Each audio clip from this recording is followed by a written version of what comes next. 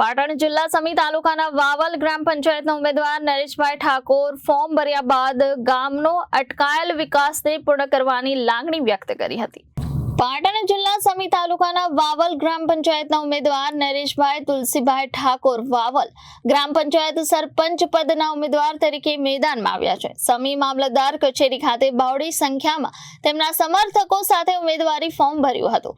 Form ભર્યાની સાથે જ નરેશભાઈ ઠાકોર મેદાનમાં આવ્યા અને વાવલ ગામમાં ઘણા સમયથી વિકાસના કામો અટકેલા છે તેને પૂર્ણ કરવાની ગ્રામજનો સમક્ષ પોતાની લાગણી વ્યક્ત કરી રહ્યા છે।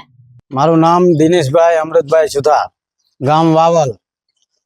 ઉમેદવારી તરીકે નરેશભાઈ તુલસીભાઈ ઠાકોરે સરપંચમાં ઉમેદવારી નોંધાઈ છે અને ગામની વસ્તી 18 આલમનો સાથ સહકાર છે, બહુ જંગી મતીથી જીતાડશે।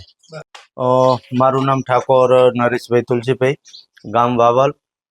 વાવલ ગ્રામ પંચાયતમાં મારી ઉમેદવારી નોંધાઈ છે એટલે બહુ ખુશીની વાત છે અને મીડિયાના માધ્યમથી મારા ગામના મિત્રો મારી સાથે છે એના માટે હું બહુ ખુશી અનુભવું છું અને ગામના લોકોને આહવાન કરું। Bureau report Janadesh news.